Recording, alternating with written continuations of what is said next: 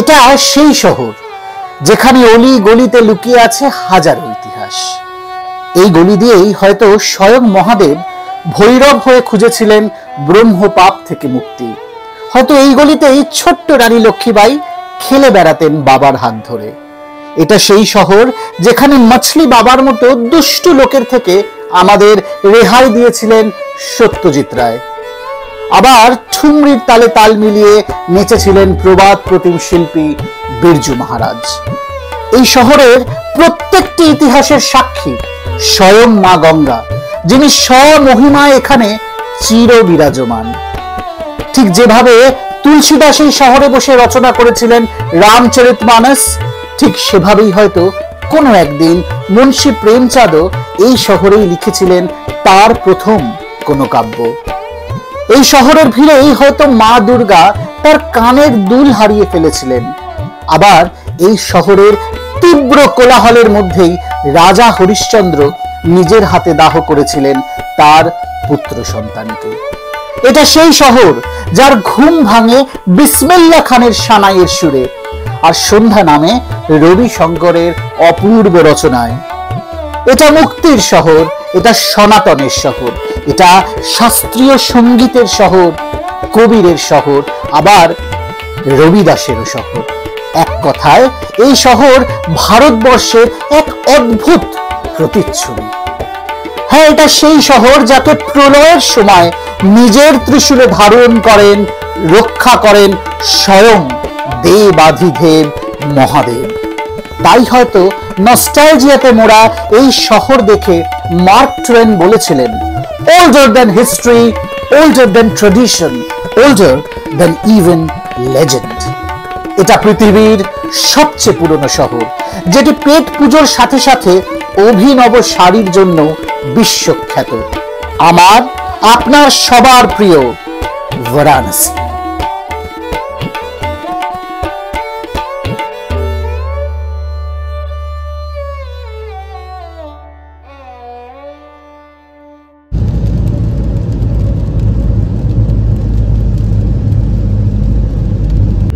Hello everyone, memory makers অরিজিনালের আরেকটা ব্লগে আপনাদের সবাইকে জানাই সাদর আমন্ত্রণ।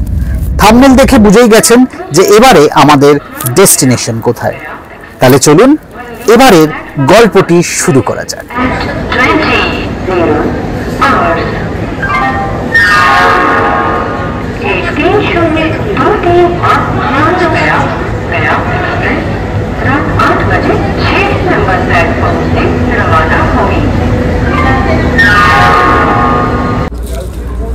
রাতের ট্রেন বলে আমরা বাড়ি থেকে খাবার নিয়ে গেছিলাম, আর ট্রেনে উঠে ট্রেন ছাড়ার কিছুক্ষণ পরেই খাওয়ার পর্বটা সেরে নিয়ে রাত্রিবেলা বাইরের আলো ঝলমলে দৃশ্য দেখতে দেখতে ঘুমিয়ে পড়েছিলাম।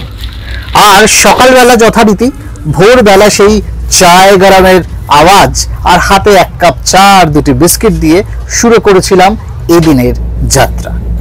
রাস্তায় যেতে যেতে ইন্ডিয়ান রেলওয়েজের যে সুন্দর নাজারা আর সুন্দর দৃশ্য দেখা যায় সেটা নতুন করে আর বলার কিছু নেই। Good morning. তো এখন সকাল 8টা বাজে। তো এখন আমরা পণ্ডিত দীনদয়াল উপাধ্যায় মানে আমাদের সেই ছোটবেলার মুঘলসরাই স্টেশনে পৌঁছে গেছি। ট্রেনটা 1 ঘন্টা মতো লেট ছিল, কিন্তু এখন মোটামুটি একদম পারফেক্ট টাইমে আছে, একদম অন টাইম। তো দেখা যাক কখন বেনারস ঢুকি। তো overall it was a nice experience. বিভূতিতে আমরা আগেও এসেছি। তো সবচেয়ে ভালো যেটা লাগলো, ট্রেন কিন্তু মোটামুটি পরিষ্কার ছিল অল থ্রু আউট। আর আমরা 3 টায়ার এসিতেই পেয়েছি, 2 টায়ারে কাটার চেষ্টা করেছিলাম কিন্তু পাইনি।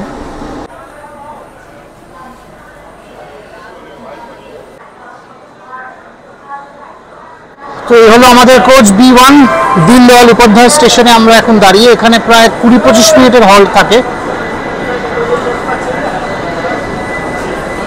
রাতে মোটামুটি ভালোই ঘুম হয়েছে, ট্রেনে যতটা হয় আর কি। বিভূতির কোচগুলো কিন্তু এখনো পুরনো, কোচে খুব একটা কোনো চেঞ্জেস হয়নি, আগের মতোই আছে, কিন্তু ওভারঅল ক্লিনলিনেসে ডেফিনেটলি আগের থেকে অনেক বেটার। আমরা আগেই বলেছি যে আমরা হাওড়া থেকে বেনারস যাচ্ছি 12333 বিভূতি এক্সপ্রেসে। এর বাইরে আরও অনেক ট্রেন আছে বেনারস যাওয়ার, তবে সন্ধেবেলায় অফিস করে পরের দিন সকালবেলা 14-15 ঘন্টাতেই পৌঁছে যাওয়ার জন্য সবচেয়ে ভালো কিন্তু এই বিভূতি।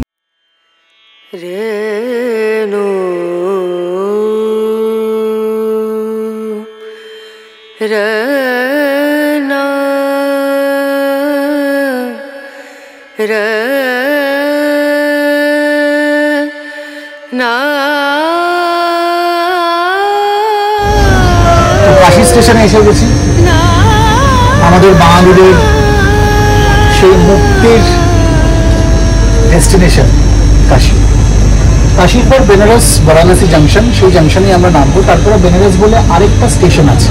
তো 3টে স্টেশনই কিন্তু রিলেটেড টু বেনারস। তবে বারাণসী জাংশন থেকেই যে জায়গাটা গোদলীয় চক, যেখানে আমরা মূলত থাকি সবাই টুরিস্ট হিসেবে তো সেটা কাছে হবে।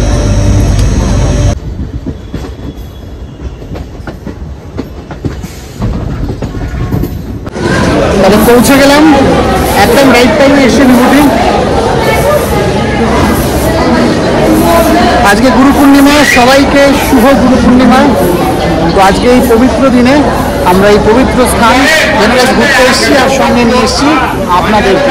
তাহলে চলুন শুরু করা যাক মহাদেবের নাম নিয়ে কাশী ভ্রমণ। ওম পার্বতে পতে নমঃ, হর হর মহাদেব।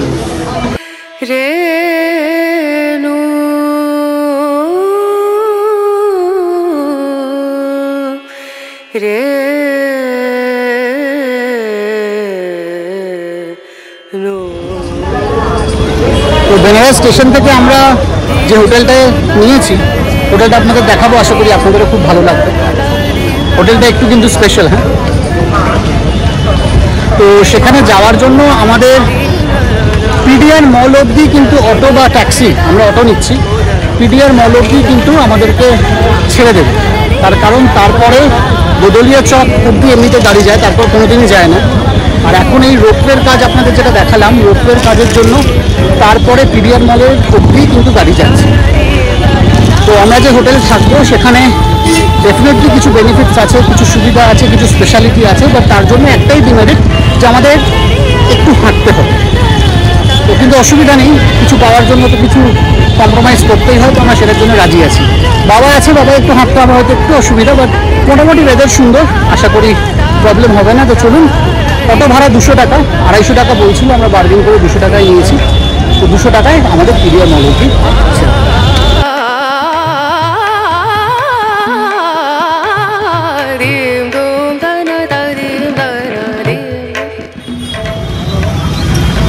তো পিডিআর মলের সামনে আমাদেরকে নামিয়ে দিল, যেরকম কথা হয়েছিল 200 টাকাতে। তো এখান থেকে গির্জাঘর অবধি আমাদের হেঁটে যেতে হবে। সেখানে আমাদের লাগেজগুলো নেওয়ার জন্য আমাদের হোটেল থেকে লোক এসে ফোন করে বলে দিয়েছিলাম। তো ওরা লাগেজগুলোতে আমাদের হেল্প করবে, আর সেখান থেকে আমরা হোটেল অবধি হাঁটবো। আগেও বললাম, হাঁটার পাটটা কিন্তু ভালো মতো আছে। আর এই পিডিআর মলের আগে আর কিছু যাচ্ছে না, তার কারণ এখানে রোপওয়ের কাজ হচ্ছে, না হলে গোদলীয় চক অবধি গাড়ি আগে যেত। তো পেছন দিকে গির্জাঘর থেকে আমরা এই সামনে গোদলিয়ার দিকে এগাচ্ছি। লাগেজটা ওনারা নিয়ে নিয়েছেন। এখন খুব একটা রোদ কিন্তু নেই, বেশ ভালো ওয়েদার, একটা হালকা ঠান্ডা হাওয়া দিচ্ছে। তো এই হলো সেই ফেমাস গোদলিয়া চক। পরে তো আমরা বেরাবো যখন, তখন ডিটেলসও দেখাবোই, তাও অন্যভাবে আপনাদেরকে দেখিয়ে রাখি। এই হলো সেই বেনারসের রাস্তা। প্রচুর স্মৃতি, প্রচুর নস্টালজিয়া, প্রচুর গল্প অলরেডি আছে আমাদের। আর এবারের গল্পটা শেয়ার করব আপনাদের সবার সাথে। তাই লাইক, শেয়ার, সাবস্ক্রাইব করতে ভুলবেন না। আর আমাদের সাথে থাকুন আর দেখতে থাকুন পবিত্র শহর বেনারস।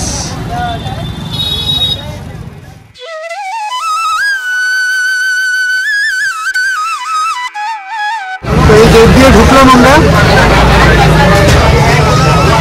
এদিক দিয়ে আমরা জেনারেলি মন্দির যাই, এদিক দিয়েও যাওয়া যায়। তো এই রাস্তা দিয়ে আমরা যাবো আমাদের হোটেলের দিকে।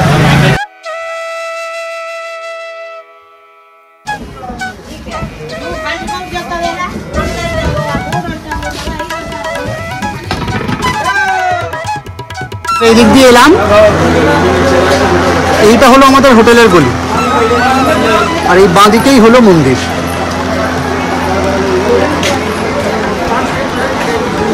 তো আমরা এবার হোটেলের গলিতে ঢুকলাম।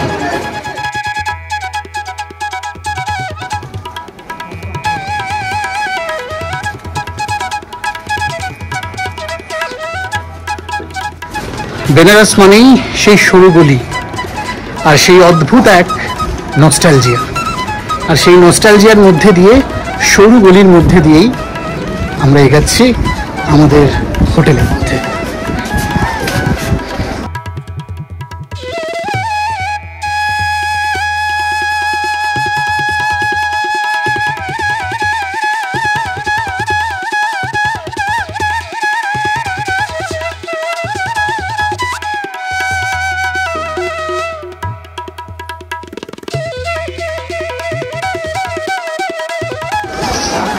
এদিকে হলো মীরঘাট, মীরঘাটের রাস্তা, আর এই হলো আমাদের হোটেলের মেন গেট।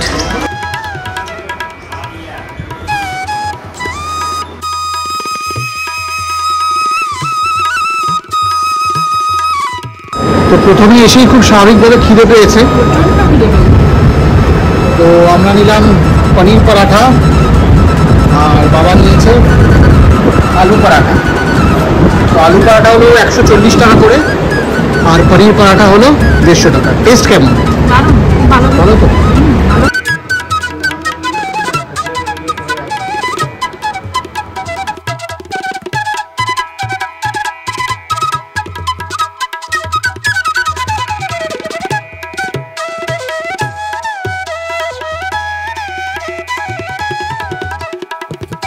সুস্বাদু ভেজ খাবার এবং লিফটের ফ্যাসিলিটি দুই কিন্তু আলকা হোটেলে একেবারে অপারেশনাল। তাই আলকা হোটেলে থাকলে খাওয়া দাওয়া বা বয়স্ক লোকেদের উপর নিচ করা কোনোটারই কোনো সমস্যা নেই। এটা কিন্তু সত্যি করে বেনারসের মতো জায়গায় একটা খুব বড় প্লাস পয়েন্ট। এই দুটো উইং মিলিয়ে ওনাদের হোটেল, আর তার সামনেই হলো মা গঙ্গার এই অপূর্ব দৃশ্য, যার জন্যই বলছিলাম যে আমাদের এবারের হালকা হোটেলের স্টেটা কিন্তু একদম স্পেশাল।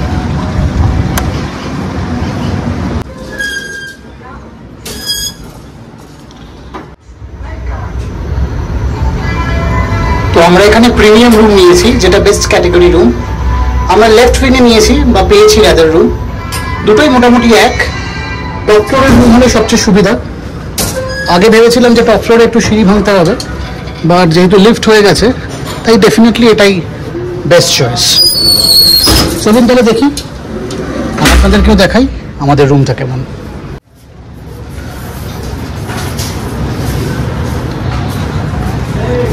এই হোটেল থেকে কিন্তু প্রাইভেট ঘাট আছে, আমি পরে দেখাবো সেই রাস্তাটা। যদিও এখনো কেদারনাথে বন্যার জন্য বেনারসের মা গঙ্গা অনেকটাই বেশি ওপরে উঠে এসছেন ঘাটের সামনে, তাই সবকটা ঘাট সেভাবে অ্যাক্সেসেবল নয়, বাট স্টিল এনজয় করার জন্য এবং আপনাদেরকে দেখানোর জন্য সব কিছুই একেবারে প্রস্তুত। তো দেখতেই পাচ্ছেন সবকটা রুম থেকেই কিন্তু কমন ব্যালকনি আছে, যেখান থেকে আপনি মা গঙ্গা দর্শন করতে পারবেন। আর ডেফিনেটলি এটা টপ ফ্লোর থেকে সবচেয়ে ভালো দেখা যাবে। তবে আমরা চেয়েছিলাম আমাদের একটা প্রাইভেট ব্যালকনি থাকুক, যার জন্য প্রিমিয়াম রুমটা নেওয়া। তাহলে time for the room tour. Welcome বেনারসে। আজকে না, অ্যাকচুয়ালি 3 দিনের জন্য এটাই আমাদের রুম। তো খুব সুন্দর ওয়ালে ওয়ালপেপার করা আছে, সুন্দর টিভি আছে, খুব সুন্দরই ভাবে সাজানো। আর সবচেয়ে ভালো ব্যাপার হচ্ছে আমি এসেই আগে ওয়াশরুম খুঁজছিলাম কোথায়, তো ওয়াশরুমটা একটা হিডেন ওয়াশরুম বলা যেতে পারে। তো এটা ওয়াশরুমের দরজা স্লাইডিং, ওয়াশরুমটা যথেষ্ট ভালো, পরিষ্কার পরিচ্ছন্ন। তো আলকা একটা ভালো হোটেল, তো সেখানে ওয়াশরুম ভালো হবে, এটাই খুব স্বাভাবিক, আলাদা করে কিছু বলার নেই।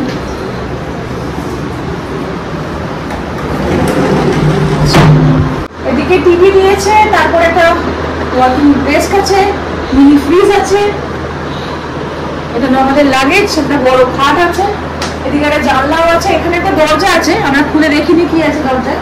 সবচেয়ে ভালো কথা হচ্ছে একটা বড় আলমারি দিয়েছে, যেখানে আমরা জামা কাপড় রাখতে পারবো। এবং সবচেয়ে ভালো কথা হচ্ছে আয়না দিয়ে ফুল সাইজ মিরর দিয়েছে, এটা আমার খুব প্রয়োজন। আর ঘরে আপনার সাফিসিয়েন্ট আলো আছে, এটা খুব সুন্দর একটা ভালো ব্যাপার। আমার খুলে দেখানোর মতো কিছু নেই, যথেষ্ট বড় সাইজের আলমারি, এখানে আমরা আমাদের লাগেজগুলো ঢুকিয়ে দিতে পারবো। আর দুদিক পাশে দুটো জানলা আছে। আগে যখনই আমরা বেনারসে এসেছি আমরা দেখেছি যে রুমের সাথে কোনো জানলা থাকতো না। দরজাটা কি আছে, ভিউটা বেশ অসাধারণ।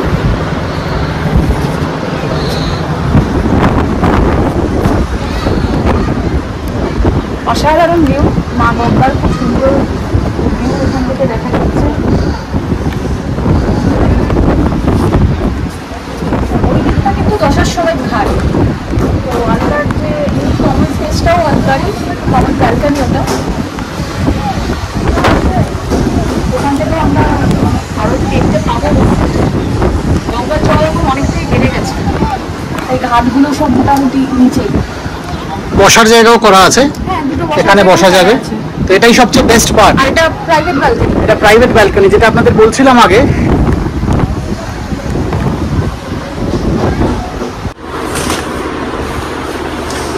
জানলা দিয়েও কিন্তু অপূর্ব ভিউ, মানে ব্যালকনির দিকেই জানলা, এখানেও একটা আছে আর ওই সামনে ওখানটাও একটা জানলা আছে। তো এই ঘরে বসেই আপনি ঘাট থেকে মা গঙ্গার দর্শন সবসময় করতে পারবেন। আর বারান্দা তো তার সাথে সাথে আছেই।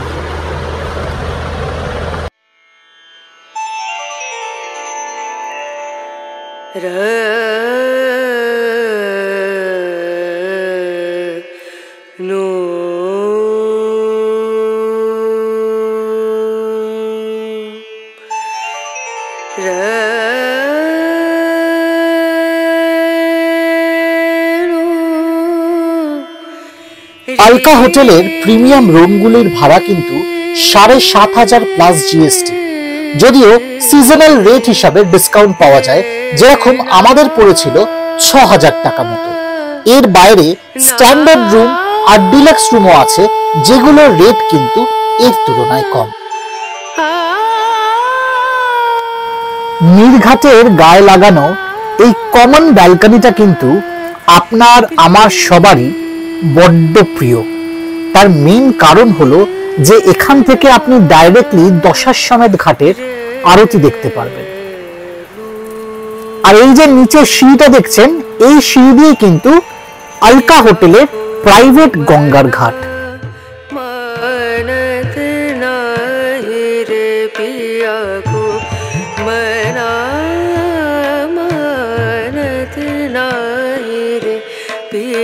মায়ের ৫১ পীঠের এক অন্যতম পীঠ হলো বেনারসের এই বিশালাক্ষী মায়ের মন্দির। এখানে মা সতীর ত্রিনয়ন পড়েছিল। এই মন্দিরের ঠিক পাশেই হলো ধর্মেশ্বর মহাদেবের মন্দির। বলা হয় এই মহাদেবের দর্শন করা ১০,০০০ গায়ত্রী মন্ত্র জপ করার সমান। আর ঠিক তার পাশ দিয়েই চলে যেতে পারবেন আপনারা কাশী বিশ্বনাথের করিডোরের দিকে। এবারে আমাদের যাত্রা করিডোরের বাইরে দিয়ে ৪ নম্বর গেটের পথে, কারণ আমাদের নেক্সট ডেস্টিনেশন কাল ভৈরব মন্দির।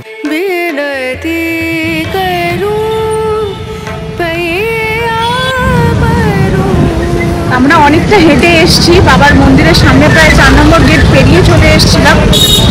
মণিকর্ণিকা ঘাটের কাছাকাছি এসে আমরা একটা রিক্সা পেয়েছি। তো এখন আমরা মণিকর্ণিকা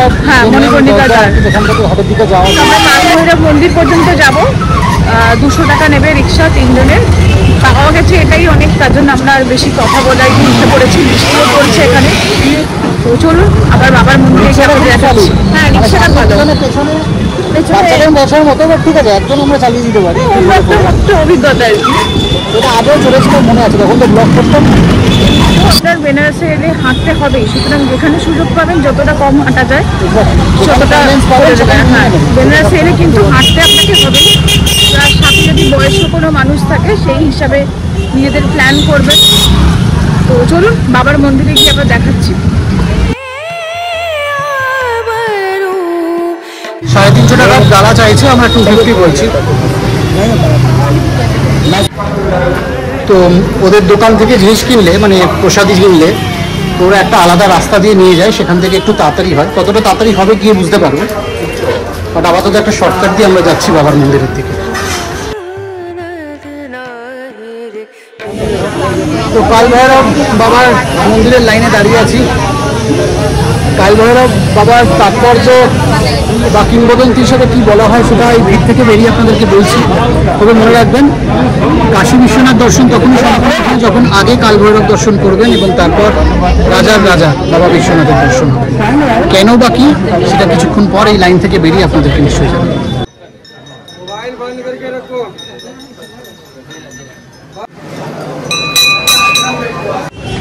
খুব সুন্দর পুজো হয়েছে, দারুণ দর্শন হয়েছে। সঞ্চিতার ড্রেসটা একটু চেঞ্জ হয়ে গেছে।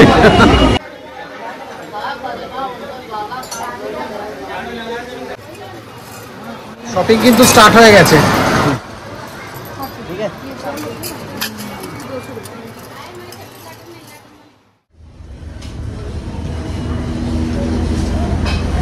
তো এবার বলি ঘটনাটা কি ছিল। ভগবান বিষ্ণু আর ভগবান ব্রহ্মার মধ্যে একবার বিবাদ লেগেছিল যে কার ক্ষমতা বেশি। তো সেই সময় একটা আলোর রশ্মি মাঝখান দিয়ে চলে যায়। তো দুজনে বলেন যে একজন সেই রশ্মির ওপর দিকে যাবেন আর একজন নিচের দিকে। তো যিনি আগে হ্যাঁ ভগবান ব্রহ্মা হংসরূপে যাচ্ছিলেন এবং ভগবান বিষ্ণু বরাহ রূপে যাচ্ছিলেন, একজন উপরের দিকে আর একজন নিচের দিকে। তো যিনি আগে গিয়ে ধরবেন সে আলো কণা, তিনি বিজয়ী হবেন আর কি। তো সেরকম পরিস্থিতিতে কিছুক্ষণ পর ভগবান ব্রহ্মা ওপর থেকে এসে বলেন হংসরূপে যে তিনি আলোর কণাটি ওপরে গিয়ে আগে ধরতে পেরেছিলেন এবং বিজয়ী হয়েছেন। কিন্তু অ্যাকচুয়ালি ঘটনাটি ঠিক ছিল না, তিনি সত্যি কথা বলেন। তখন জানা যায় যে যে আলোর কণাটি ছিল সেটি অ্যাকচুয়ালি ছিলেন দেবাদিদেব মহাদেব। তিনি তাই তখন ক্রোধিত হন এবং রেগে গিয়ে তিনি তার নিজের রূপ ধারণ করেন এবং রাগের বশে ভগবান ব্রহ্মার একটি মাথা কেটে দেন। হ্যাঁ, এবং সেই মাথা কেটে দেওয়ার পর তার রাগ তো কন্ট্রোলে হয়তো এলো, কিন্তু ব্রহ্ম পাপ যে হয়ে গেল। তাই সেই পাপ খনন করার জন্য তিনি চারিদিকে ঘুরে বেড়াচ্ছিলেন এবং সেই ব্রহ্মদেবের মাথা তার হাত থেকে কিছুতেই পড়ছিল না। চারিদিকে ঘুরতে ঘুরতে যখন তিনি কাশীতে আসেন তখন মুক্তির ধাম কাশী, তো যেখানে এসে সবার পাপ নাকি খনন হয়, সেখানে এসে ওনার হাত থেকে ব্রহ্মদেবের মাথাটা পড়ে যায় এবং তখন থেকে ভগবান যিনি ভৈরব রূপে এতদিন ঘুরছিলেন অর্থাৎ কাল ভৈরব, তিনি এখানে অধিষ্ঠান করেন এবং কাশী তথা কাশীতে আসা প্রতি মানুষ এবং এখানকার সকল মানুষের রক্ষা তিনিই করেন। তো তিনি হলেন কোতওয়াল মানে চিফ পুলিশ অফিসার, যার অনুমতি নেওয়ার পরেই কাশীর বাদবাকি দর্শন বাদবাকি যে কোনো কিছু যে কোনো মানুষ করতে পারেন এবং রাজার রাজা ভগবান বিশ্বনাথের দর্শনও তাই কাশীর কোতওয়ালের দর্শনের পর করলে সম্পূর্ণভাবে সফল হয় এবং পৌরাণিকভাবে এটি বলা আছে। তো এই হলো কিংবদন্তি, কারোর জন্য গল্প, আমাদের জন্য সত্য, সনাতন।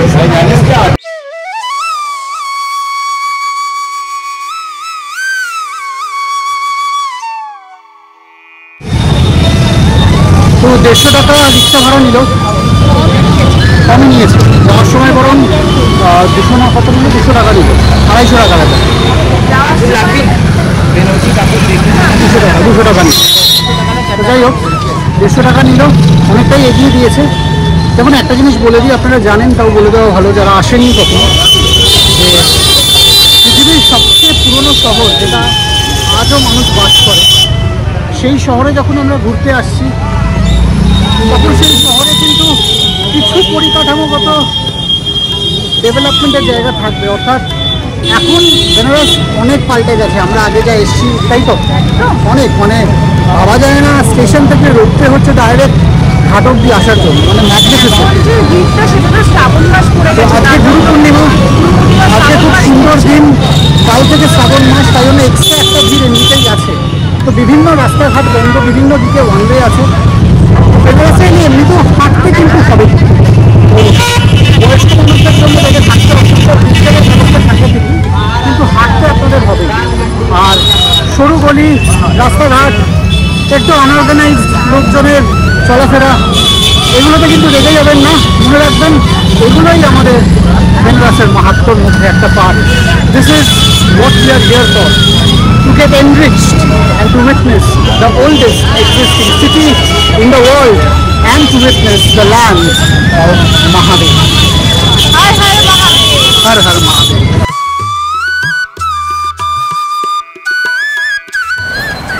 এটা হলো শুভম দর্শনের টিকিট। তো এরকম যেখানে বললাম এই শুভম দর্শন কাউন্টারে আপনারা আসবেন 4 নম্বর গেটের সামনে, আর এখান থেকে আপনারা শুভম দর্শনের টিকিট কাটা থাকলে অনলাইনে বা অফলাইনে যদি অ্যাভেলেবেল থাকে অফলাইনেও পারেন। এখান থেকে কিন্তু স্পেশাল লাইনে আলাদা করে একজন পুরোহিত আপনাকে এসকর্ট করে নিয়ে যাবে এবং পুজো দেওয়া হবে। তো এটার জন্য 250 টাকা লাগে পার হেড, আর 300 টাকা করে লাগে যদি আপনারা প্রসাদ নেন। আমরা প্রসাদ নিয়েছি, প্লাস 100 টাকা করে রুদ্রাক্ষের মালে এক একজনের নিয়েছি, তাই আমাদের 400 টাকা করে পড়েছে। এই নর্মাল লাইনে আপনারা যেতে পারেন, কিন্তু নর্মাল লাইনে গেলে প্রচুর ভিড় হয়, তাই শুভম দর্শনে কিন্তু গেলে অনেকটাই সুবিধা। তবে হ্যাঁ, আজকে গুরু পূর্ণিমা, আজ অবধি শুভম দর্শন আছে। কাল থেকে অর্থাৎ শ্রাবণ মাসের শুরু থেকে কিন্তু পুরো শ্রাবণ মাস শুভম দর্শন অ্যাভেলেবেল থাকবে না। আমি অনলাইনের সাইটটা আপনাদেরকে ডিসক্রিপশন বক্সে দিয়ে দেবো আপনাদের সুবিধার জন্য। আরেকবার দেখে নিন, এটা হলো শুভমের টিকিট। এখানে টাইমিং, ডেট, একটা স্লট পুরো দেওয়া আছে, সেই স্লট হিসেবে আপনাদেরকে আসতে হবে। তো শুভম দর্শনে কিন্তু শাস্ত্রীয়রা অনেক সময় দেয়, অনেক সময় দেয় না, বুঝতেই পারছেন সবকিছুর মধ্যে একটা বিজনেস পলিসি থাকে। তবে হ্যাঁ, এটা অর্গানাইজড, কতটা তাড়াতাড়ি হচ্ছে শুনেছি ভালো তাড়াতাড়ি হয়, সেটা ফিডব্যাকটা আপনাদেরকে জানাবো।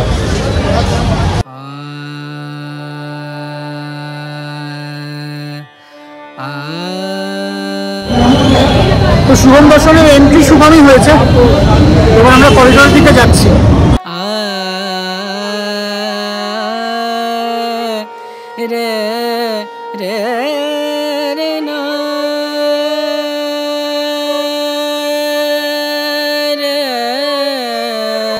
এখানে মাইক অ্যালাউড নয়, তো যদি সাউন্ডে একটু ডিস্টারপশন থাকে প্লিজ বেয়ার উইথ আস।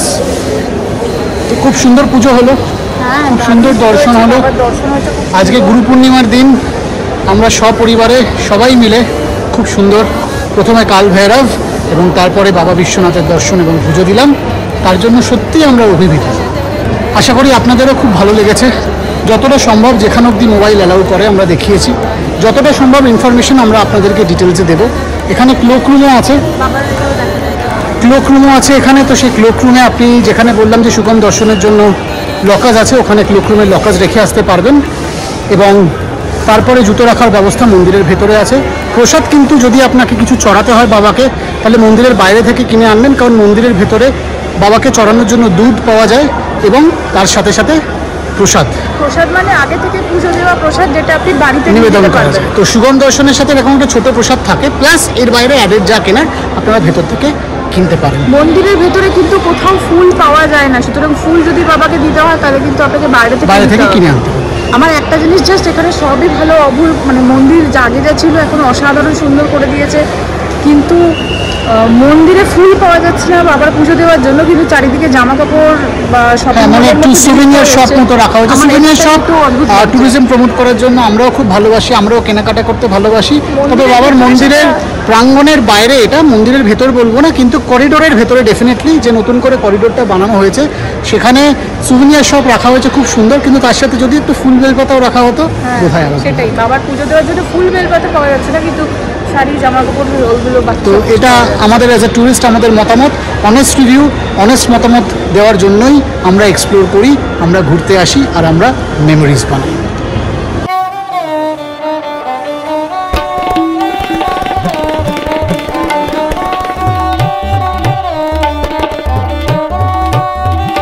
তো মন্দিরের ভেতর দিয়ে এখন কিন্তু মণিকর্ণিকা ঘাটের দিকে যাওয়া যাচ্ছে, যেটাকে করিডোর বলা হচ্ছে। তো আমরা সেদিক দিয়েই যাচ্ছি। অ্যাকচুয়ালি এই করিডোর দিয়ে বাইরে দিয়ে ঘাট থেকে ঘাটের মধ্যে দিয়েই কিন্তু আমাদের হোটেল চলে যাওয়া যায় একদম পাশেই, কিন্তু এখন সেটা আমরা যাচ্ছি না বা যেতে পারছি না, যেহেতু জল অনেকটা উঁচুতে, প্লাস আমাদের জিনিসপত্র ক্লোক রুমে রাখা আছে। তো আমাদের আবার ওখানে ফেরত গিয়ে ওগুলো নিতে হবে।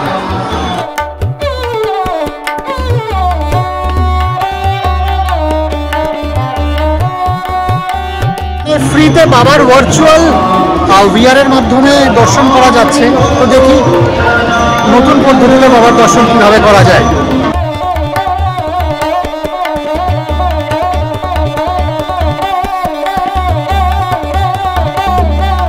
বেনারস চেনা যাচ্ছে না, এই বেনারস সেই বেনারস সত্যিই মনে হচ্ছে না যেটা দেখে গেছি। এক কথায় অপূর্ব ট্রানজিশন।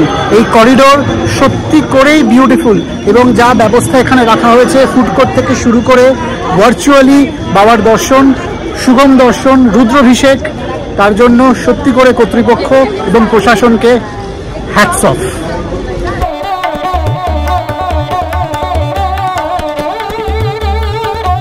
তো এই হলেন মা গঙ্গা, আর এই একদম এইখানে হলো মণিকর্ণিকা ঘাট। তো বুঝতেই পারছেন আমরা এই পেছন দিক দিয়ে এলাম বাবার দর্শন করে, সোজা করিডোর হয়ে মণিকর্ণিকা ঘাট অবধি আপনারা আসতে পারছেন। তো এখানে সত্যি করে কিছু খুব সুন্দর ব্যবস্থা করা হয়েছে, যেরকম অল্প বিস্তর খাওয়া দাওয়ার ব্যবস্থা। আমার পেছনে দেখতে পাচ্ছেন SBI এবং HDFCর ATM আছে, তো কারোর যদি কোনো টাকা তোলার প্রয়োজন থাকে সেসব ব্যবস্থা, এবং ওভারঅল অ্যাস্থেটিক্যালি এত সুন্দর তৈরি করা হয়েছে। দুটো জিনিস খুব ভালো লাগলো এখানে, রানী অহল্যাবাইয়ের মূর্তি, শঙ্করাচার্যের মূর্তি দেখে খুব ভালো লাগলো। আর সবচেয়ে ভালো লাগলো ধর্ম নির্বিশেষে ভারত মাতার মূর্তি। সবচেয়ে আগে আমাদের ভারত মাতা, হিন্দু, ইসলাম, খ্রিস্টান, বৌদ্ধ সবাই মিলেমিশে আমরা এক, আমরা ভারতবাসী। এর থেকে বড় পরিচয় তো আমাদের কিছু নেই। আর তার সাথে আমাদের এত অপূর্ব করিডোর এবং বাবার মন্দির, সত্যি করেই আমরা অভিভূত।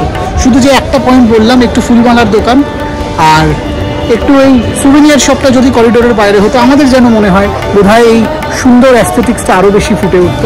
তার বাইরে 100-তে 99-এর কম দেওয়া কিন্তু সম্ভব নয়। এক কথায় অসাধারণ।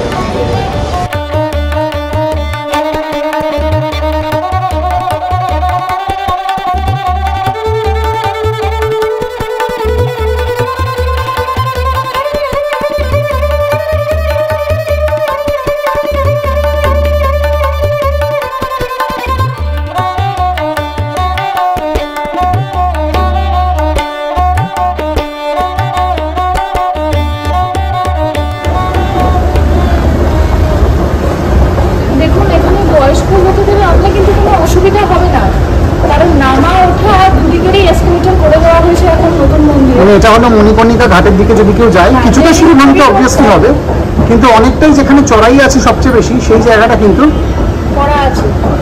খুব ভালো ব্যবস্থা।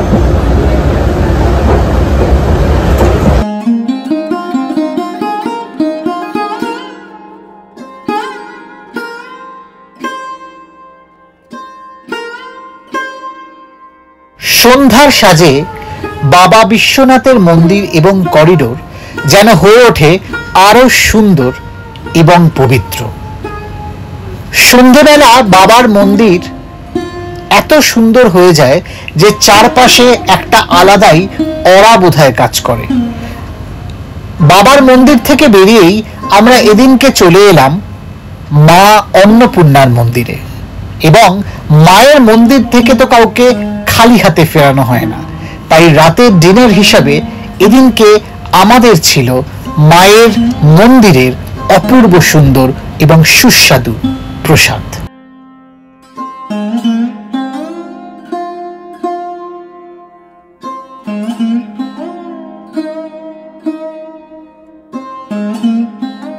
এই এপিসোডটা আমরা এখানেই শেষ করলাম। লাইক, শেয়ার আর সাবস্ক্রাইব করতে ভুলবেন না। আর পরের বেনারসের এপিসোডটা অবশ্যই দেখবেন। ভালো থাকবেন আর মনে রাখবেন, কিপ মেকিং মেমোরিজ।